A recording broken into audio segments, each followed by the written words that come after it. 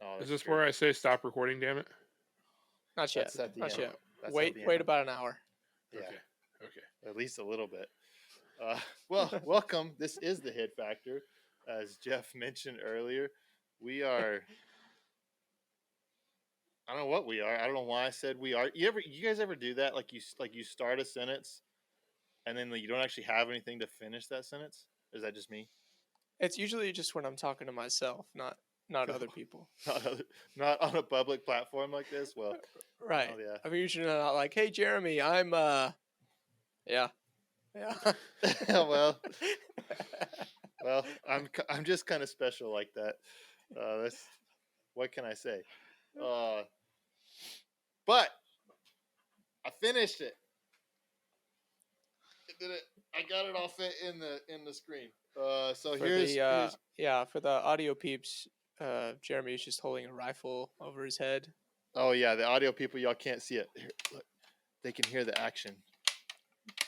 Oh You can hear all that going. Oh man, that's do it again, speed, right? It's like it's an antique, just like his pistols. No, so it's 280 AI. I got the Leopold Mark V on top, the Atlas bipod with the Arca Swiss mount, so that I can take that off and put that on a tripod if I want to. I did a bunch of machining. You probably can't see it, but I did a machining on the action to try to lighten it up a bit. Cerakoted the action and trigger tech trigger.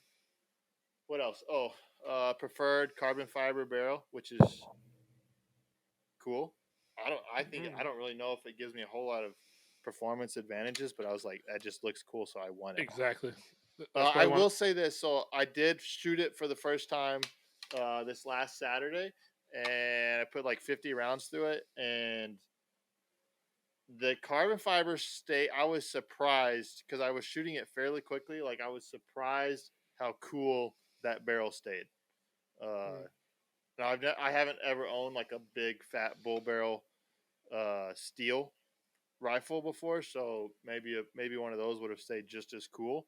But I was fairly like 20 rounds in like under 10 minutes, and like I could still just grab it by the barrel, which a normal hunting rifle like you couldn't do that. Nice. It's like this barrel apparently is fast because I was getting close to 3,300 foot a second out of 150 grain Hornady ELDX. So like that's high. That's better than 7 mag velocities out of a non-magnum cartridge.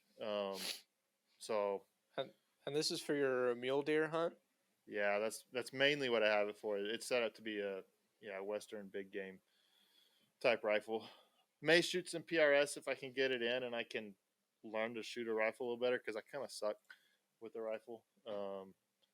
But yeah, it was fun. I got a new lab radar chronograph to use. They're cool, aren't they?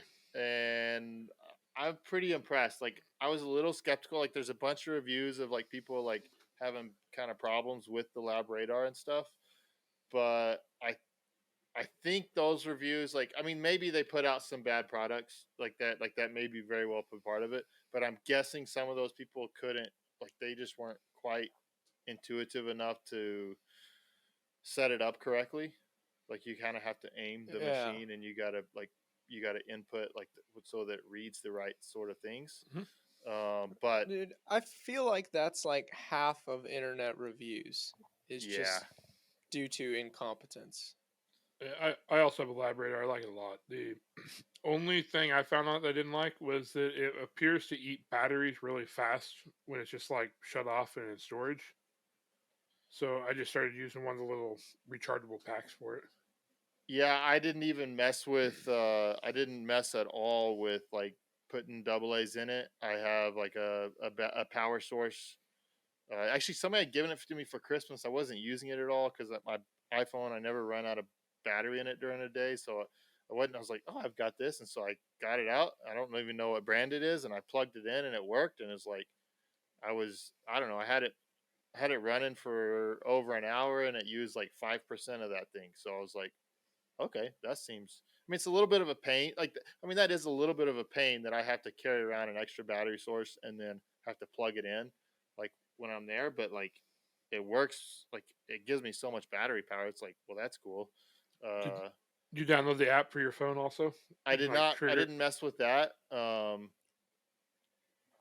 My biggest problem with it, which maybe there's something more for me to figure out, is that to to put a new string in, I basically had to like I had to pull my USB card and put it back in, and then I could select to add a new string.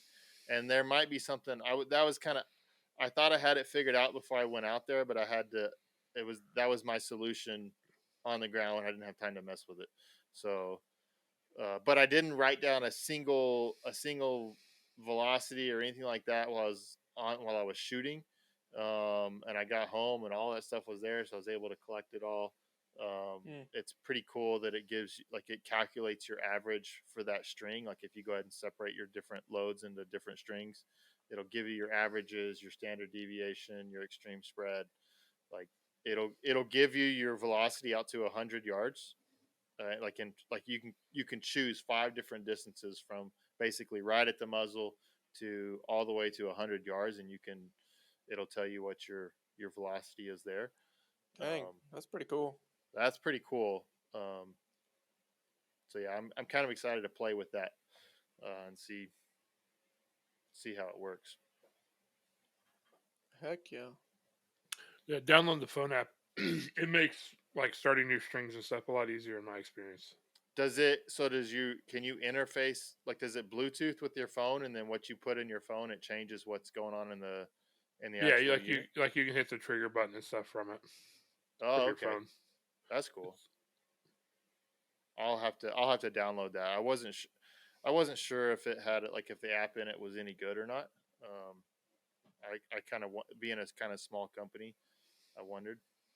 But yeah, I'll definitely download it. Jared, what were you saying about this person in the Discord? Their stuff wasn't legal? Yeah, I commented on his post actually. I don't think his new belt rig is legal. I'm pretty sure the leg strap is a no Oh go. yeah. Right, If the I leg remember strap. right, that classifies as a tie down rig in the rule book, which is a no go. I could be wrong, but I'm pretty sure he's going to catch flack on that. And then odds are, with a holster on an ELS like that, it's probably going to be too wide, probably too far from the belt, but I can't tell for sure from the picture. That does look a long ways from the belt. Yeah. That's a good catch there. You're so wise. Well, that was actually a question on my RO test. There you go. There's good value in that. Nice. All right.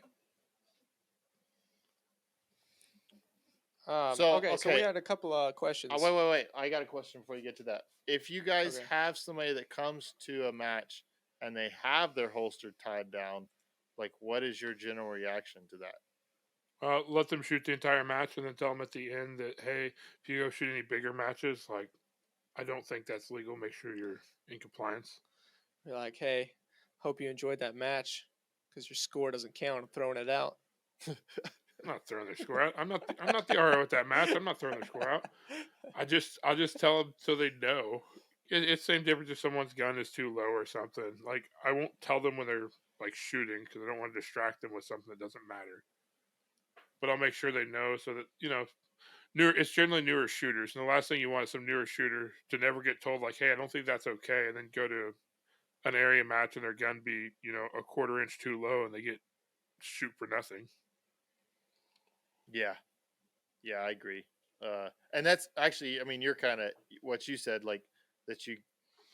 When I see that, I'm just like, okay, this person's new to the sport. Like they don't have any experience in the sport, because nobody runs a tie down rig. Well, I mean, I don't know. I don't necessarily think that they're new to the sport, but I mean, some people just like to play the tactical game, and Yeah, they that's like my to other come, reaction.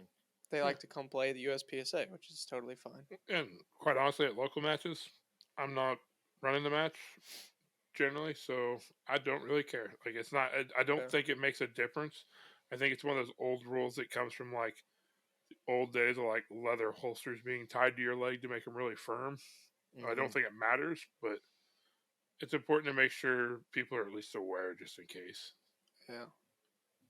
So if you show up to our stage at Ozarks Classic, Jared is going to DQ you. Nope. I'm going to tell you before you shoot so you can fix it. What if he's already shot other stages? I don't know what else he shot. Not my problem. That's good. I like it. Yeah, I do like the concept of using like local matches as practice. Like for like even if you're not coming to be like a competitor, but you are a tactical guy, like you carry a gun regularly, or you work in law enforcement or military or anything like that. Like I love the idea of like coming and using a match, like a local match especially, as practice, just to put you in different shooting environments that you not normally going to see. So I'd love to see that. Well, it's I don't like calling a match, like even a local match, practice for like us guys that are serious about USPSA, but in the same way, it's practice for us in a way of it's a little higher level of pressure on your gear. Like if something is not going to work, it's not going to work at the local match. You know what I mean? Like if you're testing out a new firearm or new load or new mag pouches or whatever, that's where you're going to find out whether that works for you or not. Yeah, so dude. If a primer is not gonna pop, it's not gonna pop at a match. So go to matches, see if those primers are gonna pop. Yeah, I mean, like I'm in a little bit the same boat, like with like PRS. I haven't shot one, but like if I take this rifle that I just showed, like to a PRS match, like I'm just this redneck hick that's out there, like just wanting to take his hunting rifle and just like see if I can hit anything from these weird, awkward positions that I like. Like it's just like it's sure practice just to put me in that sort of situation. And I think that's the exact same thing for somebody that's law enforcement, military, just your general concealed carry guy that shows up to a USPSA local. Well, one of the most valuable parts of that, whether it be a PRS match and you go out do it, or a cop comes to a USPSA match or something, like you don't know what you don't know, and to see what is actually possible, like what competitors are doing with the equipment, like how fast they're shooting, how accurate they're shooting, or like how quickly and accurately the PRS guys are like ranging and hitting targets and stuff. Like once you see it, it's possible. It's far easier for you to get there once you know it's possible. Yeah. Sure. I was on a site today. I can't remember what I was looking for, but like they had how is it Casey that has the dry fire banners? No, it's somebody else that does the dry fire banners. But there's one for like these. I was like, how are these PRS guys, like, are they dry firing? Like, what's going on with that? Well, no, like they have these banners that you like hang up on your wall, and apparently you can put like a little cover on the end of your scope that gives a small hole to it, and then you put these banners that basically have a picture of terrain in it and little tiny pictures of steel targets at simulating different distances, and like you hang it on your wall like 12 feet away, and you just build some sort of barricade in your house, and you set your par timer up, and you got to practice getting in and out of positions. Like it's like that's genius. It's awesome. It's like it's like $120. It's like, okay, do I really want to spend that money for this, even though I don't want to get into that sport like seriously? But it's like, so are the targets on that banner like the size of a like needle tip or something? They got to be pretty small. I mean, I was only looking at it like on a computer screen, and like it was like a thumbnail on a computer screen, and I saw a video of it kind of, but the video doesn't really kind of give you relative size to it. That's interesting. But it's designed to hang up. I think it said it was designed to hang up like 12 feet away from you, so it has to be like I don't know how that works as far as like getting your scope to focus on it and stuff. Because like most of them, like mine goes down to like 75 yards. So I don't know. Like, but it sounds like you need to upgrade your scope. A Leupold Mark V. Yeah, if it only goes down to 75 yards, you're not gonna be able to dry fire well with that. You should probably buy a new one. Yeah, that one's a piece of junk. I should get something else. I'm sure. Luckily, I can actually dry fire. Like I can dry fire legit targets at 600 yards at my back porch, so I can dry fire outside with it if I want to. Which actually I'm probably gonna start. But yeah. So Nice. where are we going with that? I don't know where we're going, but otherwise, like if we have any listeners that listen to the show and you have not been to a match or maybe you've only been to one or two, but you don't want to go back because you got made fun of or something, like, man, screw that. Like just go back, like use it as practice, use it as a good way to get familiar with your carry gear, your duty gear, whatever it is. Like you're only gonna get better by going to matches, and that's only gonna drive you to want to practice more. Like at least for me, like I don't know how you guys are, but like my motivation ramps up so much higher when I know I have a match coming up. Like or even if I know if I'm gonna go like live fire, like it's tough to just dry fire just in autonomy. Like I don't know how Jay does it. Like that dude, like just like he just eats up the dry fire, but like almost without like, with no live fire. It's like he's got to be like there's something not right there. Like there's something. Well, dude, he like freaking meditates his way through a match too. So I'm not. He like shoots whole matches. He shoots whole matches in his head. That's impressive. Like I just meditate. I just meditate through the picture of margaritas. Mm-hmm. That sounds like a good time. That sounds much better. All right, Jeff, we got questions, right? Yeah, we have some questions that are not about PRS rifles. I mean, you can answer it however you want. I want to do a crossover PRS USPSA match. They do. I don't think it's quite like that. There's like this sniper match out in Montana or something where you have to like it's like a 2-person team that's use both pistol and rifle. But yeah, I think the pistol portion's a little gimmicky from what I've seen. I think it's very basic pistol. In fact, I think it's more important that someone's just carrying a pistol than actually shooting it. Yeah. By the way, this is Calumet 15. Got to make it busy. Yeah, my glass is empty, but I had V8 and juice in it. It was like there's a crypto juice. There's a town in Oklahoma called Calumet. Really? Yep. I did not. There is. I wonder how they pronounce it. I don't know. How would they pronounce it? Calumet? I would guess that it's Oklahoma. It's not France. So Calumet is how I would guess they would say it. Calumet? Or Calumet. Calumet. That's it. Calumet. Calumet? That's how. Yeah, that's what I would guess how they would pronounce it. Okay. I am actually drinking some Johnny Walker Blue Label. Yeah. Okay. Question. Some of these are probably ones we should have, or at least this first one is maybe someone we should have thought about beforehand, but it is our oldest question, so we should answer. Okay. Not sure if this is covered before, but any advice for shooting your first area/national match and anything that you should do that you may not know beforehand? Should do. I don't understand that last part.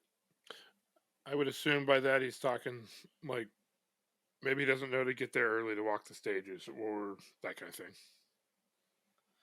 Good answer, Jared. But so the first thing I would tell you, you're going to your first like area match, assuming that you've at least shot like some state matches and stuff. Like, don't build it up as anything different. It's still USPSA. It might be more stages. They might be better constructed, but at the end of the day, the shooting should be in line with the type of shooting you're used to. Obviously, different matches are different flavors.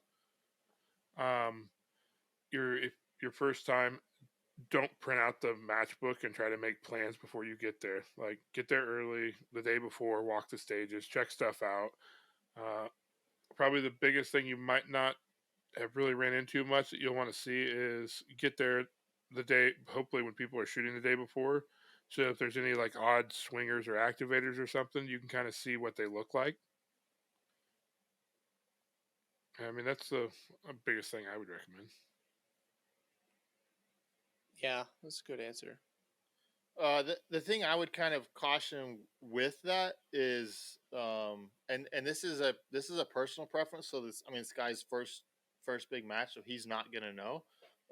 But don't spend the entire day before, like I'm just thinking of like Area 3 in August in Nebraska, what Grand Island, Nebraska. Like it's super hot, like super humid. Like Yeah. don't go there and plan on spending 8 or 9 hours looking at and analyzing every single angle on every single stage the entire day before it. Like Yeah. try to figure out the stages, like get there, like walk through the stages as best you can. If there's some that you're like, okay, I need to spend a little bit of time and figure out this stage, like it's a little bit harder, than do that. Um, but don't spend so much time that you like wear yourself out before the match has even started. I did that a lot when I was like first going to major matches. Like I would spend like I would get everything dialed in, like, and spend like hours on every stage, like at least an hour, like on almost every stage. And Jeez. You I brought up would I something. would I would avoid that. You kind of remind me of something that I personally do too. Like, say nationals, which like 3 or 4 days or whatever. Like, I'll walk all the stages, like kind of look over all of them, but I'll walk the stages I'm shooting the next day last, so they're the freshest ones in my mind. Like, I'll walk through, like, say it's like 3 zones, and I'm starting on zone 2. Like, I'll walk like 3, 1, and then walk through 2, and like check Yeah, them out.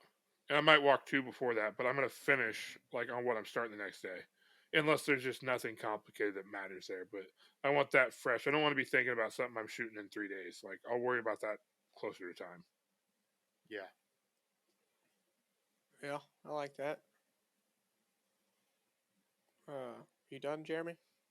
I got another thing. I Okay. didn't know if you had anything, Jeff. But like I mean, for me, like I've been to enough matches that it's a mental checklist, but I basically have like a bare essentials, like I have to have this with me to be able to shoot the match.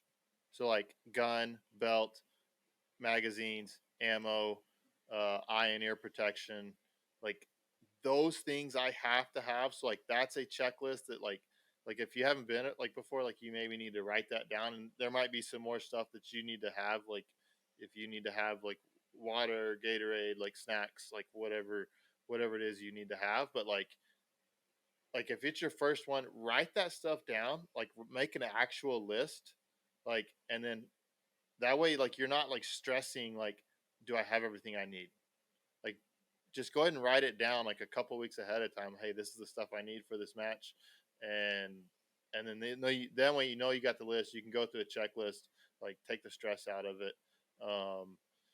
Don't be loading your ammo the night before the match. I've done that tons of times. But like, I mean, like we've probably all done that. But like, for me, like big matches, I want to reduce as much stress around that match as I possibly can. Like that's like the couple nights before it. Like my whole plan is to reduce stress. So that means being prepared early before the night before. So have Mm-hmm. whatever gear you need to have packed up before the night before, like so that you've already been through your checklist, you got all your match ammos loaded. Do all that stuff ahead of time so that you're not trying to scramble like the night before, staying up super late, and then you're like, Yeah. crap, did I forget something? Yeah. I'm talking about having your gear ready. Like a good example on that. Like personally, like I keep the stool I use and like my shooting shoes just in my car. Like, they're always Yeah, in there. So when I'm packing up for a match, and I actually bring that stuff back out of my car and put all my gear together in the front room to verify that make sure I have everything. Like, oh, belt, inner belt, guns, mags, like, oh, I don't need my practice mags, just my match mags, stuff like that. Yeah. Yeah. Okay. So the whole checklist and preparation thing, that's a really big thing for me. Um, I want to make sure that I'm not going to get beat at the match for something that's not shooting related. So, paying attention to all those little things. When it comes to cleaning my gun, like I clean my gun and make sure my magazines are clean and everything, like the practice before my last practice, right? Like I want to go practice on a clean gun and clean it and everything's real clean. I want to go practice on it one last time before I go to the match.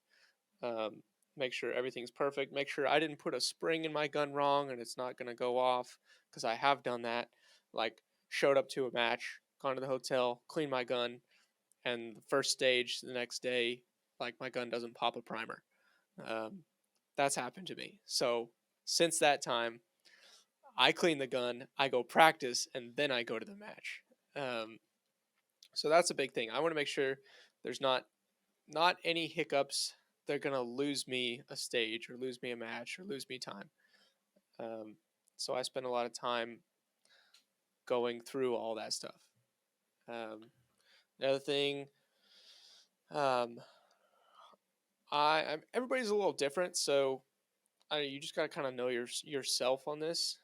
Um, but I don't know, it's just kind of a accumulation of everything that they've said about showing up to the match early, walking the stages, um, looking at the ones you're going to shoot the next day last, so they're more fresh on your mind. However, don't show up and only give yourself 30 minutes or an hour to walk all the stages either, because you may run into something like Area 3 the last couple years, where there's a memory stage that is literally impossible to do anything with in 30 minutes. And you might need a piece of paper to be write shit out. So I'm not saying that you should write all the stages out, but having that option, if you come across one like that that's unreasonably difficult, you might need it. You might need to write something out, and you might need to spend 2 hours on it. So even if you don't use all that time, give yourself that time. If you show up, you walk them all, no problem, cool. Go to the hotel, but give yourself some wiggle room for sure. Go to the bar, not the hotel. Yeah, go to the bar. I think those are the main ones for me. I really like the checklist. I haven't actually made a checklist, but every time I go to a match, I wish I had. So you talking about practicing with a clean gun the day before also reminded me of something that I also like to do. And before I leave town for any major, I will zero my gun at either the last practice, or if I didn't zero it in practice that week or something, I will at least go confirm zero on my gun before I leave. And I've never that I can think of, I've never had iron sights move on me. But it's just a comfort thing. Like I know the gun will hit where I'm looking. Now, when you're shooting with a dot, it's absolutely important that you confirm zero on the dot before every major match. But I think that's a good comfort thing, especially if you're traveling out of town. Like you don't want to be thinking your gun's missing or something when you get there. Yeah, and as far as like actually showing up and shooting like your first big match like that, like it's just gonna be really nerve-wracking. I can't really give you like a strategy or anything that's gonna make your first big match like that not nerve-wracking. But I guess kind of like Jared said, like try to think of it as like not a big match. That's not a terrible strategy. I don't think it really worked, but you could try it. I mean, my advice is to like try to embrace that nervousness. Like that's why you're going to that match. Like you want, like you're there because it is a big match. You want that feeling. So when you start getting nervous, you start getting shaky. Like, I mean, like that doesn't go away. At least for me, it doesn't. Especially at like a nationals type deal, it often doesn't go away for. I mean, like I can go through a whole day of the match and it doesn't go away. Sometimes it goes away quick, but but you're there for that feeling. Like you're like, otherwise you would just shoot in practice. Like so, that's what you're there for. Yeah, that is the like addictive feeling that keeps you coming back for sure. Mm-hmm. The other thing I would say, like, and this is, I don't know if this is appropriate advice here. Maybe this is more about how you break down a stage. But if you're new to it, like in this, your first match, don't walk up to a stage and immediately start making a plan. Like if you can get on the stage, first go walk and count all the targets. Like like make sure, like, do the targets that you think you're seeing, does that match what's in the match book? Does that match what's in the actual, well, the match book can be wrong, but does that match what's on the actual stage? Because normally that stuff's like printed and posted, where you can see it on the actual stage. Like, are you finding the right number of targets? Because the worst thing you want to do is come up with a plan. I've got a great plan. Oh, there's 2 targets that are hidden over here that completely throw off my reloads. Like if you're a low cap division, and now I'm totally screwed. I don't have a plan anymore. I think that kind of goes with like the basics of like stage planning, though. Yeah. Know where all the targets are and know everywhere you have to go on the stage before Yeah. you can start planning on how you're going to do it. Yeah, for sure. Yeah. Yep. I feel like we just keep coming up with stuff, but in That's fine. preparation, like getting your gear ready and everything, make sure nothing's loose. Go through your belt. Make sure all your mag pouches are tight. Make sure nothing's moving around. Things like that. If you haven't shooting a 1911, make sure those grip screws are tight. Check all that stuff. All that stuff that is gonna screw up a stage for you, and you're gonna have to correct it afterwards. Like, check all that stuff. Don't let someone beat you because they showed up more prepared than you and aren't a better shooter than you. Yeah, definitely have gear that runs. The worst thing is having stuff that doesn't freaking work. Like, Yeah, that's the worst thing. So have your stuff that works. If something breaks, like, hey, that happens. But like, yeah. don't if you know something doesn't work and you just didn't do something about it, don't do that. If the gun didn't work last week, don't take it next week and expect it to work without doing anything in between. And I feel like I shouldn't have to say this, but I have heard of people that are like good shooters, M-class shooters, showing up to area matches, not having case gauge or maybe plugged any of their ammunition. Check your ammunition. Make sure it's gonna fit in your gun. Don't leave that to chance. Check every bullet you're gonna shoot at the match. Check it. That should be a no-brainer. Yeah, like if you're traveling to a major match and you don't own a hundo, buy a hundo. Like, here's my Ben Steger Pro Shop advertisement here. Like, buy their hundo. They have a little stand that goes with it, which is it's like a 3D printed stand.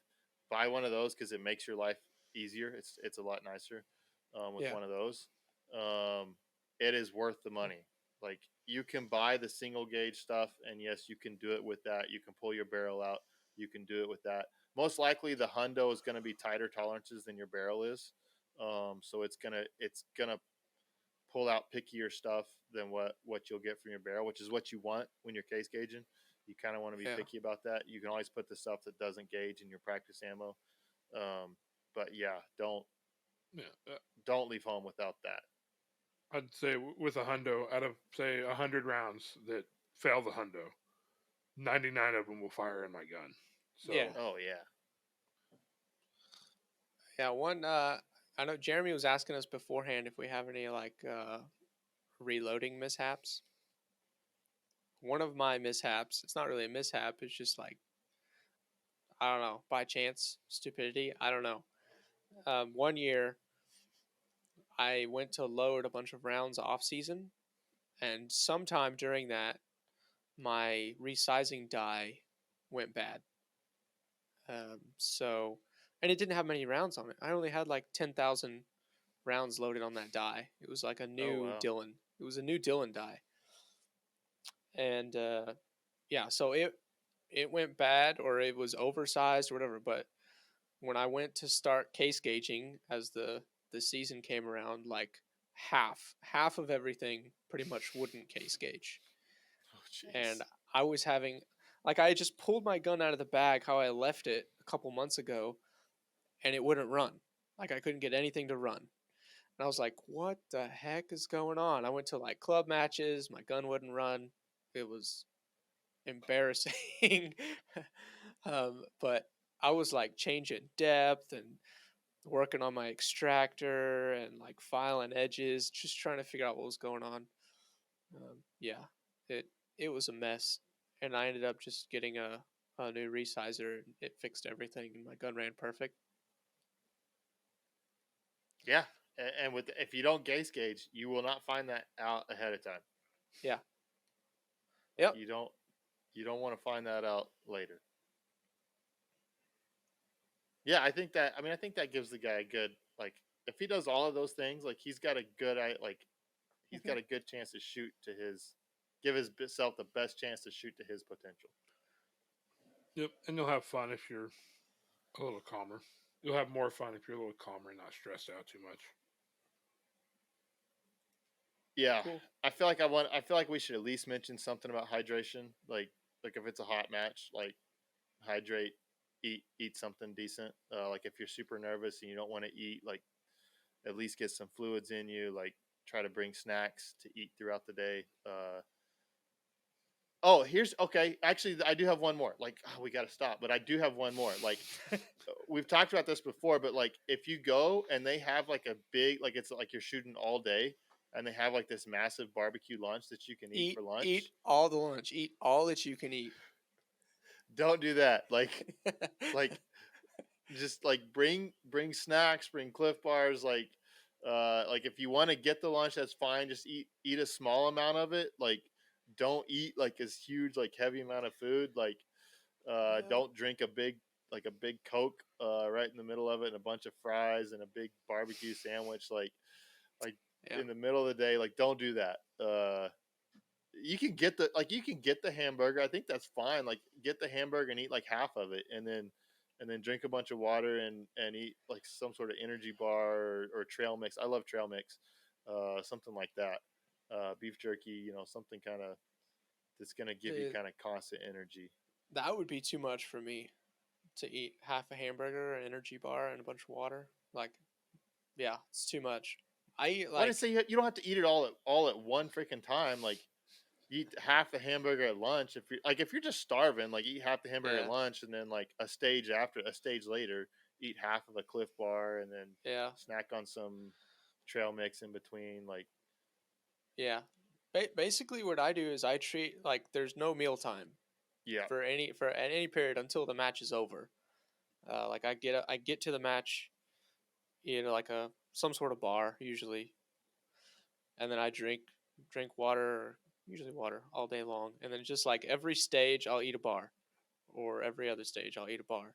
But I do the same thing all day long until the match is over, and then go out and have a good time. Yeah. I hate to also add one more thing, but I think it's important too. Is if you're the type of person that you drink a couple cups of coffee every morning, or you have a Mountain Dew every morning or something, drink 2. Do the same thing. Make sure you're not having any caffeine today because you're going to shoot the match or something. Yeah. Make sure you just at least approach it from kind of your normal level there. Yeah. Though I will say this in regards to that, I have induced like extra anxiety from caffeine, which has caused me to tone back. Like normally I can slam some Red Bulls, no problem. But you get you slam some Red Bulls and then you go try to shoot a match where like the anxiety and the pressure is high anyway, like it can really induce some bad symptoms where it's like hard to breathe, kind of stuff. So should we keep have that in a mind. match? Should we have a match like that? Like maybe Ozarks, we should do it. Like you have to drink a Red Bull every stage. No, so I'll tell you when this happened. So when I went to shoot the Desert Classic in New Mexico, is that where it is? High Desert Classic? Yeah. Yeah, so we're like I bought a 4-pack of Red Bulls for the match. This was like last year. It was like 2 years ago, I think. Oh, okay. Yeah, I bought a 4-pack of Red Bulls that I was going to like sip on throughout the day. And at the gas station before the match, someone opened up the back of the tailgate and they fell out. And so one of them hit the ground and started spewing everywhere. So I grabbed it and shotgunned it right there in the parking lot. And so that's how my day started.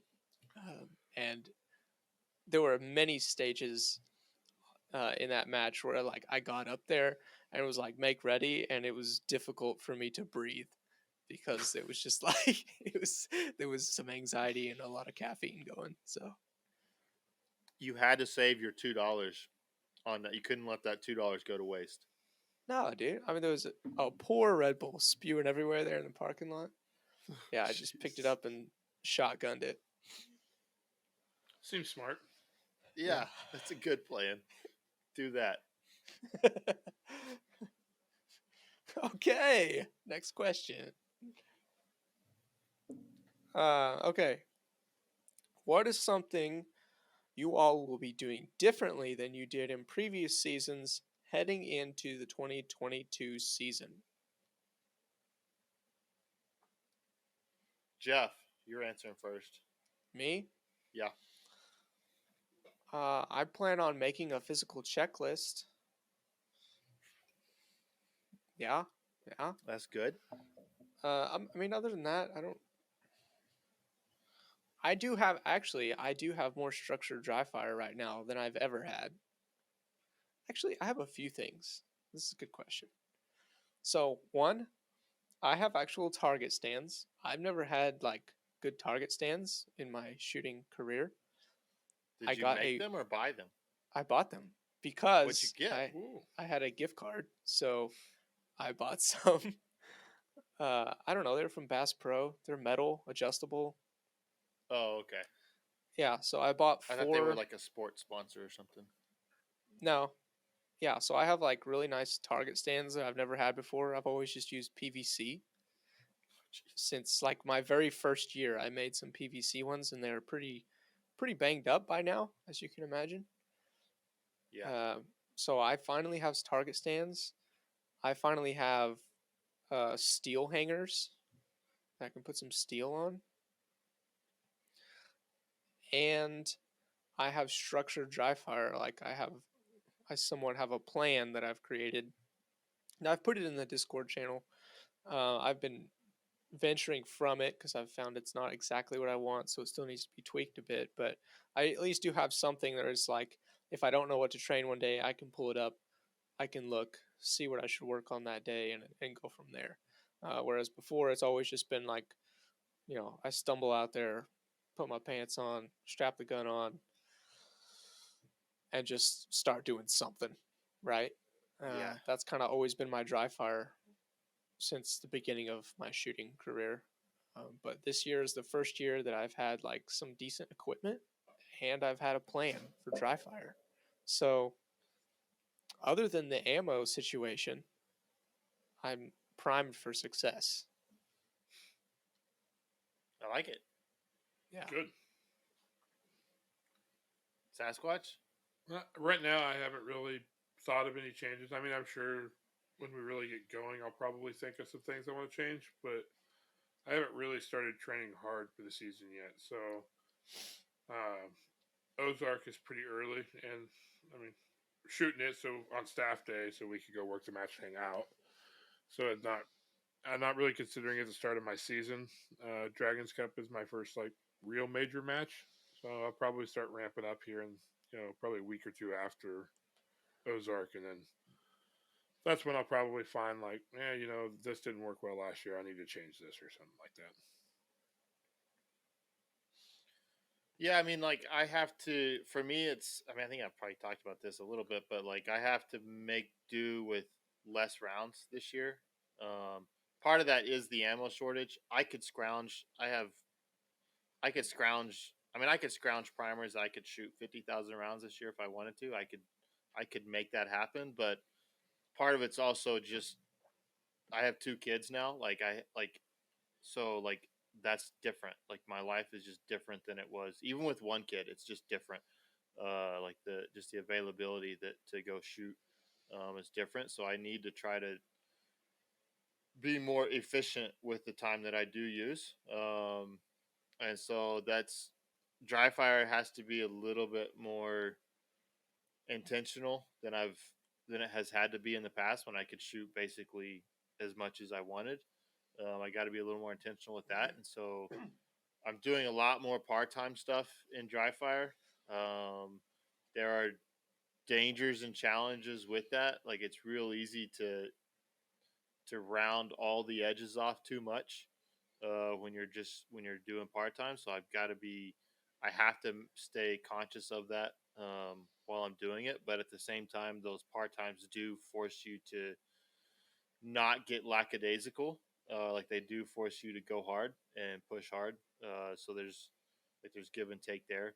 The other thing is I'm trying to do kind of I'm trying to do it kind of with my working like my workouts, but also with training. Is it's kind of some bit of a 6 week kind of rotation. Like I want to kind of do something for 6 weeks or so, and then it's like okay, now it's gonna be time to change up. Like these first 6 weeks, like I've only live fired probably 4 times, um, but it like so, but like the first kind of 6 weeks, this first part of it, it's not a strict 6 weeks, but first part of it, mostly just stand and shoot drills, maybe like short movements, but not like any sort of stage work. It's just shooting fundamentals. So it can be dot drills, it can be accelerator, it can be 50-yard standards, me strong hand weekend.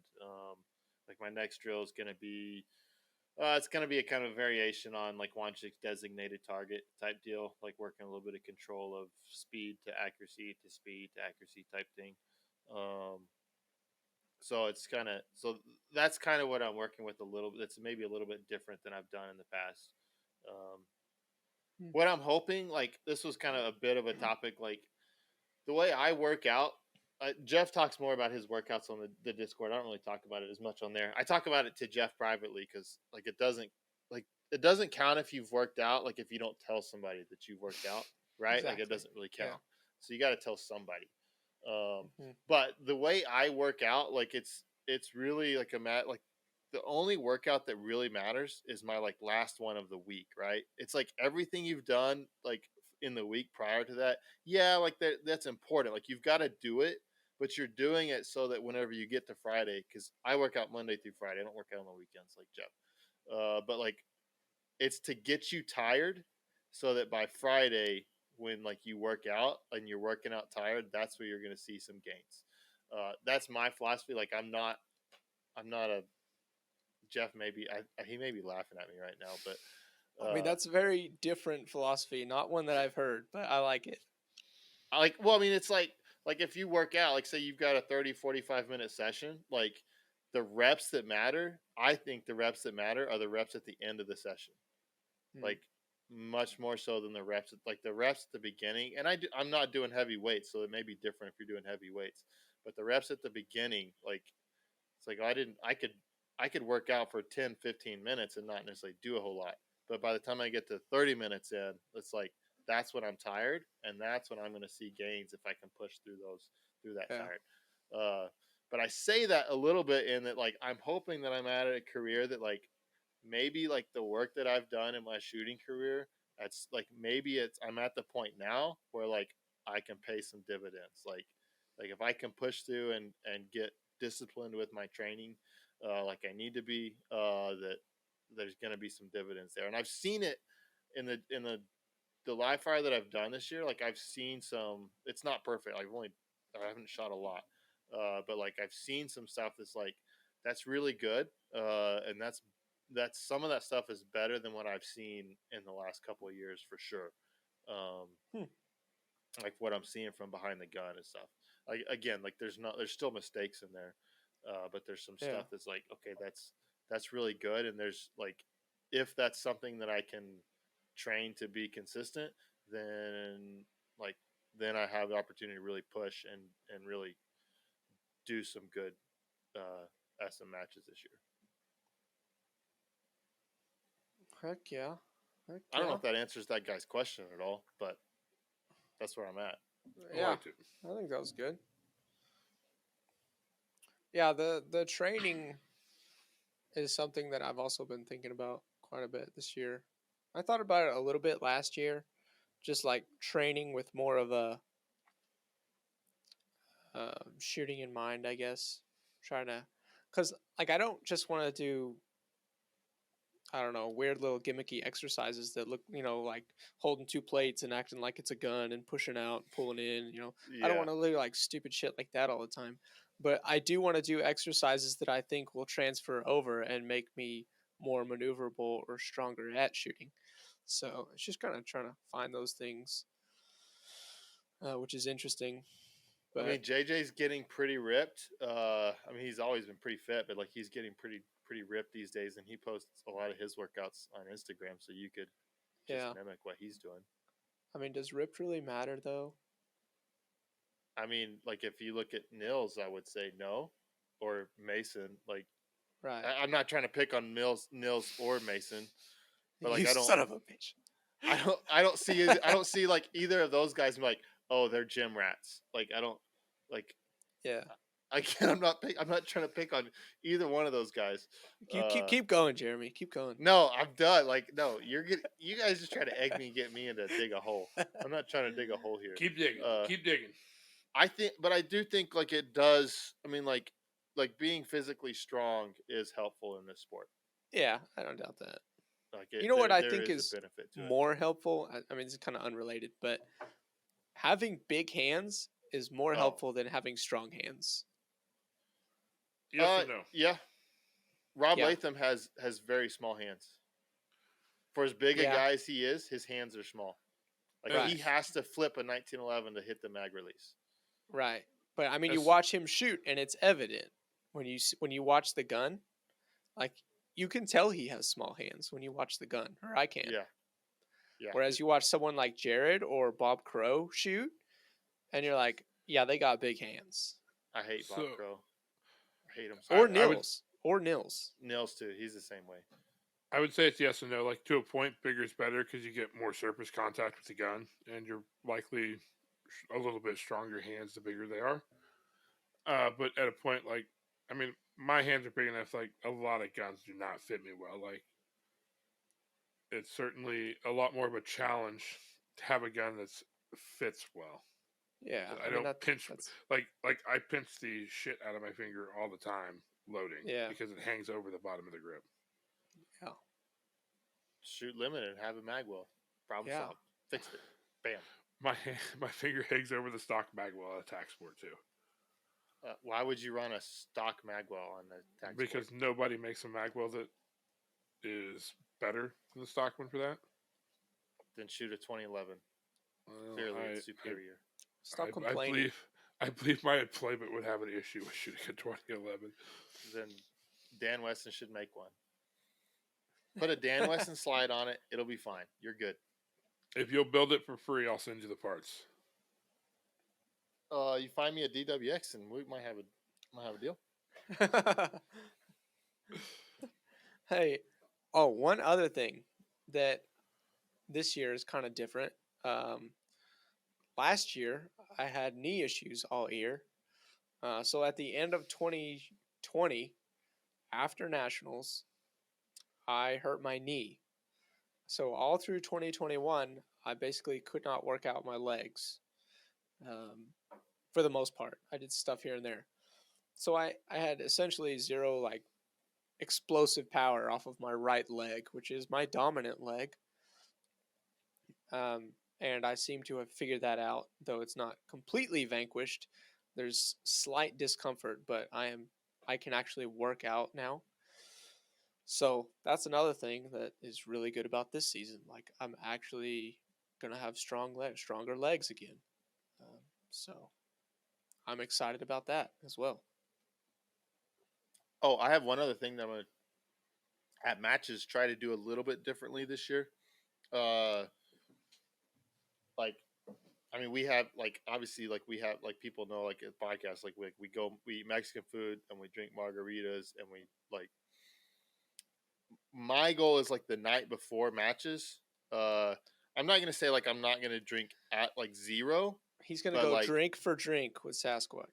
No, Yeah. negative. I do wonder if I mean alcohol is gonna be detrimental to your like ability to focus and perform. Like it's like there's a reason why like top Olympic athletes, like they don't drink like when they're at a serious event, like they don't.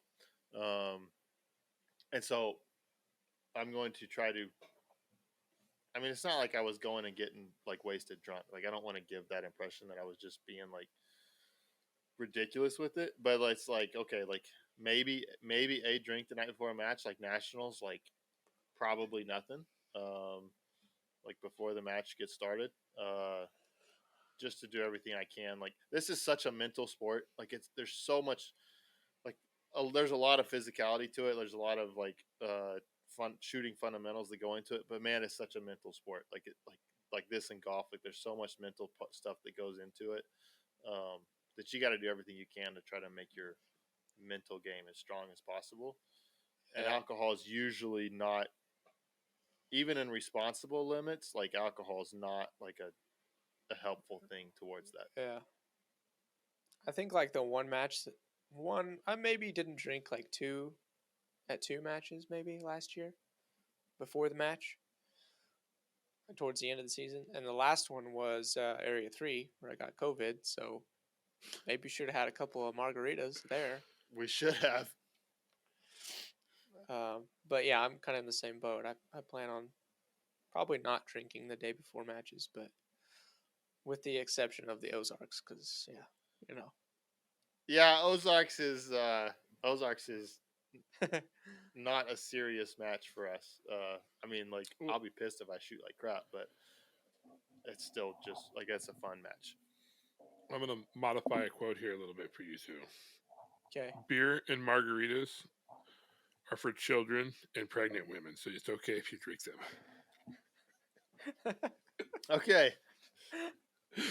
That's probably a saying among Sasquatches.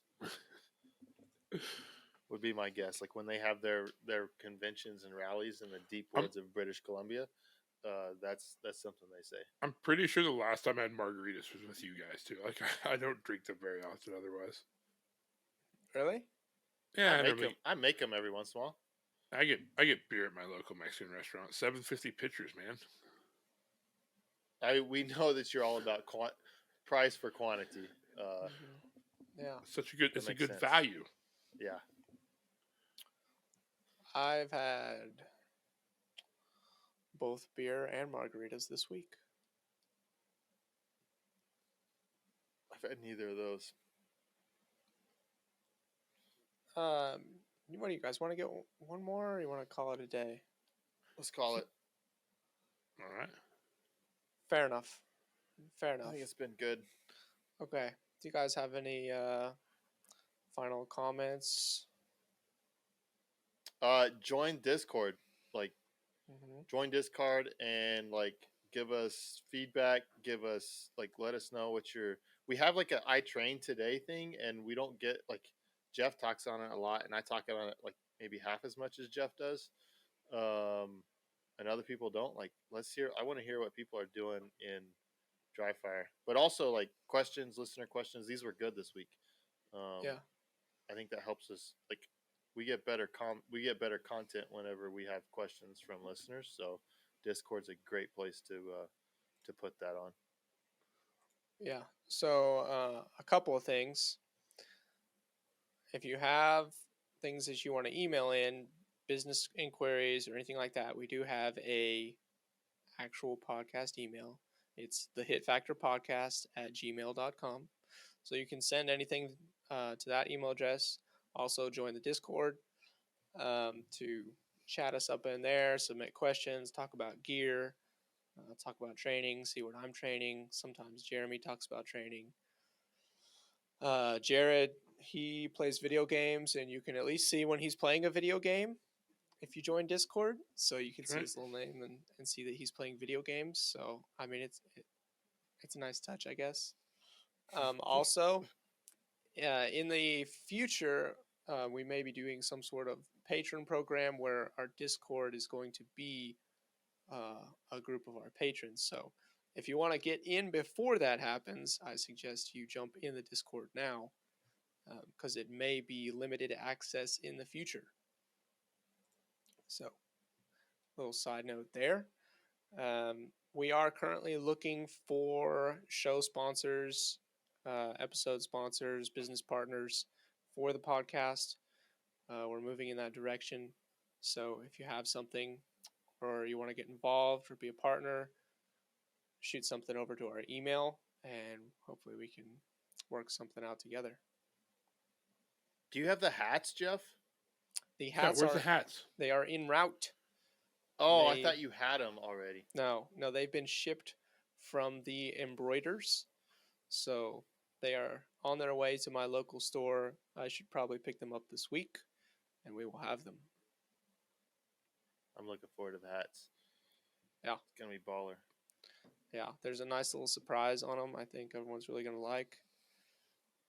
It's going to be good. Maybe we should do a giveaway for our Discord participants. Like if you've commented on Discord, then like you can get entered into a raffle for a hat. Yeah, that would be good. I like it. All right. Stop recording. Damn it. Oh, stop recording, damn it.